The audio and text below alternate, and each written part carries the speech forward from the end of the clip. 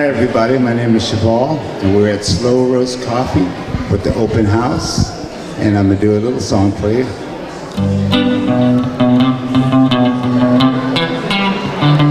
Come on, let's eat it.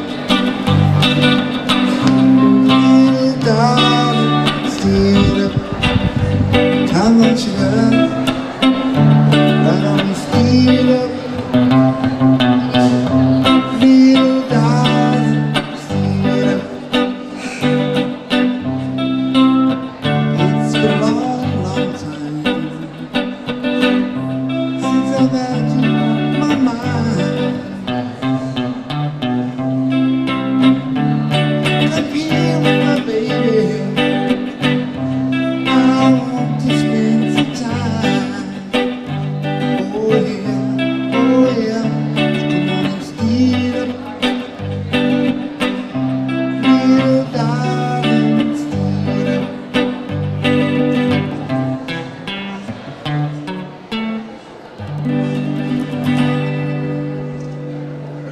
Short and sweet. My name is Adam. I'm a roaster here at SLO Roasted Coffee. This is Nate. He's another roaster. He's my right-hand man, even though he's left-handed. Today we're going to do a little roasting demonstration for you. This is what I do all day. Contrary to popular belief, I do work. We're going to do two roasts. One's going to be a dark roasted Colombian, and one's going to be the lighter roasted Colombian. Same bean, same process, but different roast levels. This is a 1999 Probat G60 coffee roaster. It's basically a clothes dryer. It spins around. It's got burners on the bottom. Pneumatically feed our beans up to the top.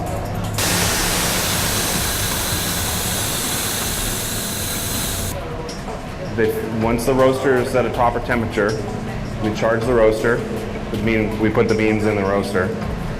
It spins around, beats the beans around. If they stay stagnant, they'll just burn, so they have to move. Airflow takes all particulate matter, smoke, everything that we don't want in the roaster anymore, through a chaff collector, which collects the chaff, and then up to an afterburner, which burns off all the particulate matter, so air pollution control does not find it. The roasting process takes about 20 minutes.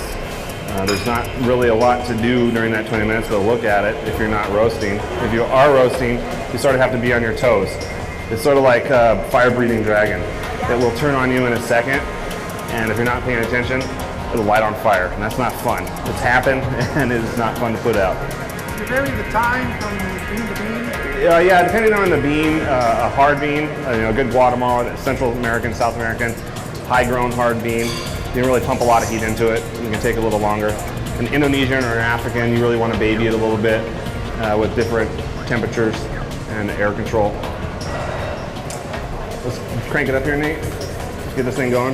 Get it going. After he charges the roaster with the first roast, we have to, like I said, feed the beans to the top hopper. And instead of doing that by hand, which is what we did on our old roaster, we do it with air, and it's really loud. So it'll be, for about 43 seconds, it's going to be really loud in here. Probably just going to turn the mic off, and then we'll carry on from there. Any questions or anything so far? Where was coffee first discovered? Coffee was first discovered in the motherland, Ethiopia, where it seems like everything comes from first. It just grew wild everywhere. There's a story that around 1200, some goat herder saw his goats frolicking, and he noticed his goats were eating these berries, so he tried it. And then about 300 years later, the Arabs decided they wanted to take these beans and roast them, and they were the ones that first roasted coffee and ground it up and started to drink it. I was trained to roast in classic European method, which is how we do it here. And we don't have any lasers, we don't have any computers, we have our eyes, our nose, our ears, and then finally our taste. It will start smelling, as anybody who lives in Los Osos knows. You know when I'm roasting. We have, like I said, this afterburner will burn off all smoke and particulate matter, but we are allowed 3%, which is a couple tons of smoke per hour. So, sorry about it. We're in there, we're good. We're roasting a Colombian right now. It's a hard bean, high grown Colombian coffee. It is not quite roasting yet because it's not at 400 degrees. I'd say, what's it at? 280? Oh, we got a long way. We got a long way. It's starting to lose a little bit of moisture out of it. The chemicals haven't really started to bond and change yet.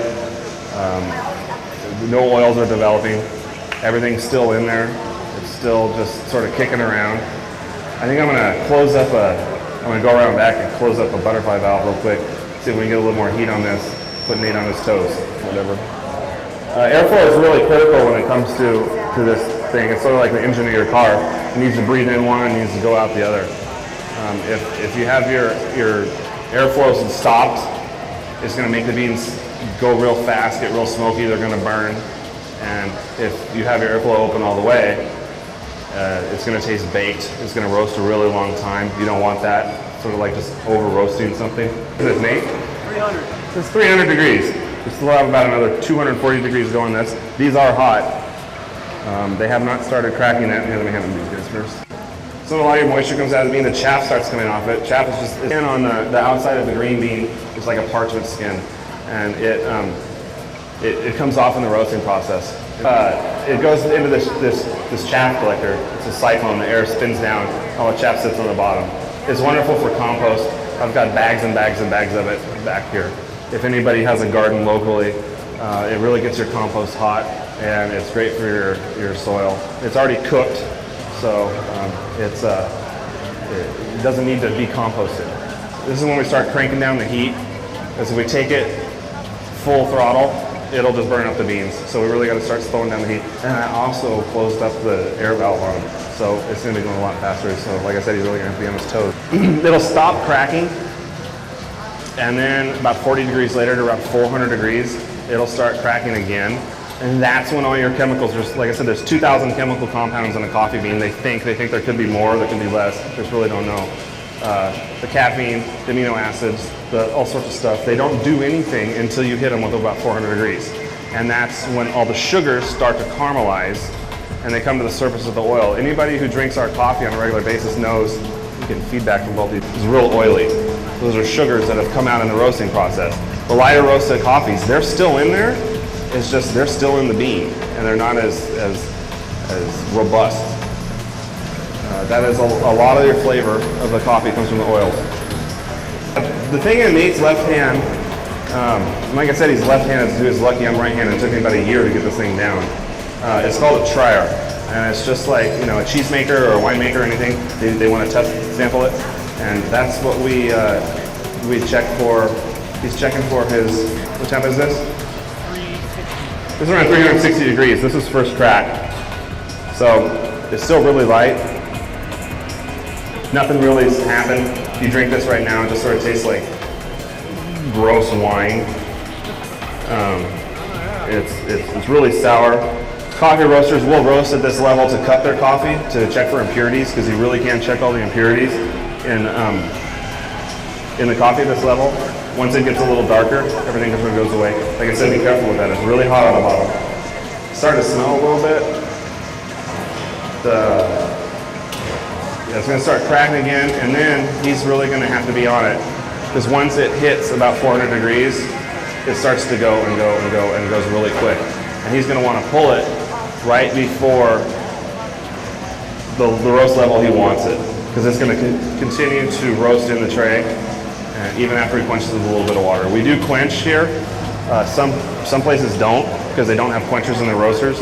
We do. It actually helps preserve the coffee a little bit, and it stops the roasting process exactly where we want it. How are we looking here, Nate? 387. 387. I still got a few minutes to talk. Jeez, this is tough. Any questions? The question was how the quantity of beans we put in. It roasts 150 pounds at a time. I can go down to 30 pounds, but it goes way too fast. So 150, and these bags roughly weigh, Colombians 156, the Guatemalans 153, Africans around 136. So they're around 150 pounds, so they'll handle it. If you put more in there, the beans get too big, they start to creep up the pipe, and they light themselves on fire, and it's not fun. How long can you keep them in a bag like that before they start going rancid? 6 months, the question is how long can they stay in the burlap? About 6 months. and then they turn to old crop or mature crop, and then after a year they're old crop, and then after 2 years they're aged. And if a lot of places age coffee, but you need to rotate it a lot, and it makes a really smooth coffee, a really good coffee. All right, he's pulling the roast right now. If you guys want to come up, I have one thing to say, or one thing to tell you though. Don't go near this, because this thing's a beast, and if you get a hold of it, it'll go.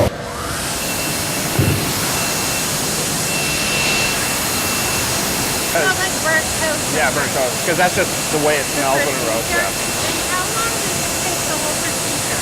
Each roast will take about 20 minutes. Oh. And you're doing different kinds of coffee beans, or We're doing the same coffee with 2 different roasts. So it's French roast because the roasting or is it? It's the roast level. This is our French roast. It's like the darkest French roast I have ever seen. People love it, and went on it like that. And so we got to be on it. It's That soon after the second crack, then you just want to pull it real quick. Yeah. What temperature did you pull it at? What temperature? About 417. 417 degrees he pulled this. So I got to write this down, and I got to write down the afterburner temperature. And now he's going to start the process over. After this cools a little bit, with coffee, it's the process. It's picked, and then there's the cherry on it. If you saw the pictures in the front of the shop, or a lot of people have seen the red cherries on coffee. That pulp has to get out of there. So they'll put them through a pulper, and then they're really slimy and wet. And they'll rinse them off. Some of them, this is a wet process coffee, and then they'll dry them out on the ground, and then they bag them, bring them to us. This right here, and here's the destoner in action. This is our Willy Wonka tube. Yankees guy I'm leaning against. It takes all stones, shoelaces, bullet shells, rocks, Whatever might be in whatever's in there.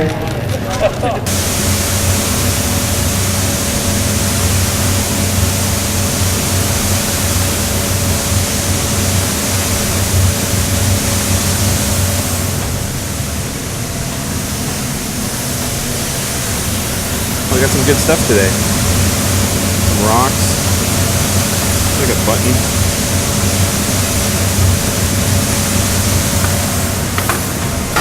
You actually got that out of the coffee, That huh? actually came out of the coffee. So that will mess up your grinders. So all heavy stuff stays on the bottom of the screen down there. All the lighter stuff, which is the coffee, goes to the top. And then we have fresh, clean coffee ready for drinking. I had a question about decaffeination. And some people say, decaf, why bother?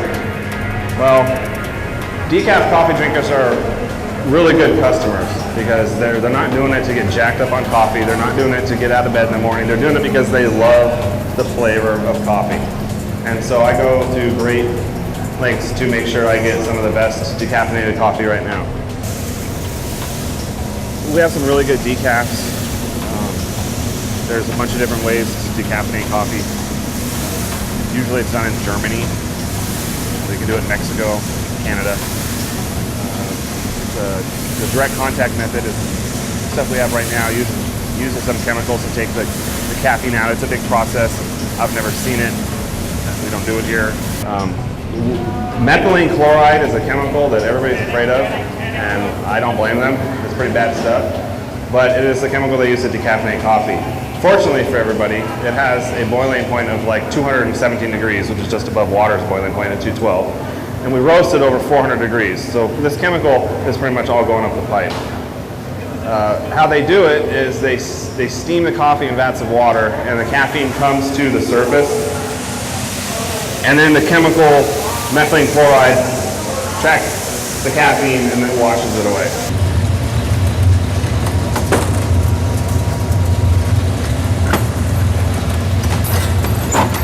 I'm gonna dump this.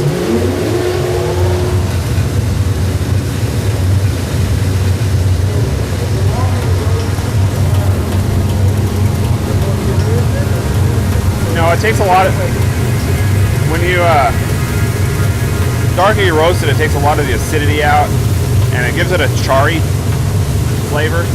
Some people don't like, but some people love it. shouldn't taste bitter. Some people confuse acidity with bitterness. And that's another term that's used in the coffee industry, and people don't understand it. It's that these farmers that grow these coffee, they spend a lot of money and a lot of time and a lot of effort to have their coffees have that acidity in it, and that's what gives it that bright snap. And like when you bite into an apple, how it aspirates in your mouth. That's sort of how it is when you cup of coffee with a lot of acidity in it. It's good, and that's what people look for in their coffee. When you roast it this dark, a lot of the acidity goes up the chimney, just because it breaks down all those chemicals in there that cause it. If it's bitter, it's probably brewed wrong, or it's a bad roast. Most of the stuff I cup, if I cup it and it's bitter, then I know either I did something wrong and I need to get rid of that batch. Question? I know prices probably change all the time, but what sort of is the most expensive coffee in the world, year in and year out? The most expensive coffees in the world, I believe, are Jamaican Blue Mountain. Jamaican Blue Mountain, then Kona, and the Hawaiian, and then Indonesian. Excuse me? When are you going to bag it? When are we going to bag it? Probably after it degases for a couple days. So how much would a 150-pound bag weigh after it? Does it lose quite a bit of weight, or? Yeah, we do lose, like half weight? not half, 20 to 30%. Oh, that's a lot though. Yeah. So the question was, how do we flavor our coffee? Right now I'm using a Nicaraguan for our flavored coffee. I use a really mild Central or South American coffee that's not going to overpower the flavoring. We roast it lighter. We roast it lighter than this, at about 20 degrees lighter. Bring it over here, and there's bottles, if you see them on that white rack up there. That's all flavoring. It's all natural artificial flavoring. And we take 10 pounds of the roasted coffee, put it in a bucket, and we add a certain amount of this flavoring, stir it up really well. We have a little like lazy Susan thing, and then let it sit for 12 hours so the oils can penetrate the beans. Right, and then if you roast it, if you grind it right away, it's all going to end up in your grinder, so that's why we have to let it sit for 12 hours. Question is, where is coffee grown? 20 degrees north and south of the equator. That's the Tropic of Capricorn and the Tropic of Cancer. It's the tropics. It's where it grows best. You just did Colombian, right? This is a Colombian. What if you wanted to do Kona? Do you have to clean it up first? No. Just put it right in. If I'm going to do an organic, we're not certified organic. We're certified fair trade. Yeah. I would have to, anything that does not reach 400 degrees, I have to hand wipe down, which is a cooling tray, which is a pneumatic feeder, which is the stoner. And so that's why we don't do it, just because it would be a hassle. It's a hassle. But 99.9% of fair trade coffees are organically grown or certified. But yeah, in between Konas and stuff, no, I don't wipe it down. I would just have to do it for organic. This is wonderful. You're welcome. You're more than welcome. And over there, it says cooling. You need to press it for me. On your right. There you go. Perfect. All right. Well, thank you, everybody. Like I said, we're going to do another roast, and I've been through everything with you, so I will just mosey around and answer questions and whatnot.